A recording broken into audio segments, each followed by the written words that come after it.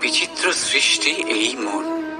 শরীরের কোন স্থানে অবস্থিত কেউ জানে না, কিন্তু সম্পূর্ণ শরীর এই মনের ইচ্ছে পূরণ করার জন্য প্রয়াস করতেই থাকে। এখন যদি কিছু খেতে ইচ্ছে করে, তাহলে মানুষ তার সমস্ত শক্তি লাগিয়ে এই খিদে মেটাবার প্রয়াস করতে থাকে। এখন যদি মন কাউকে শত্রু বলে ভেবে নেয়, তাহলে মানুষ তাকে বিনাশ করার যথাসম্ভব চেষ্টা করে। আর যদি মন কাউকে ভালোবাসে, তার প্রসন্নতার জন্য সব সীমা পার করতে সে তৈরি থাকে। কিন্তু জীবন সুখী করতে হলে এটা আবশ্যক যে মন যেন খালি থাকে,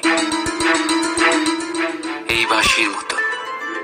ভেতরে কিচ্ছু নেই, না সুর আছে না তাল, তবেই ফু দিলে স্বর বেরোয় এর থেকে।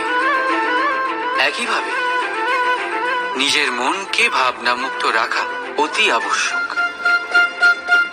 মনে রাখবেন, মনের মধ্যে যদি কিছু ভরে রাখে, তাহলে মন ভরে বাঁচতে পারবেন না। রাধা রাধা।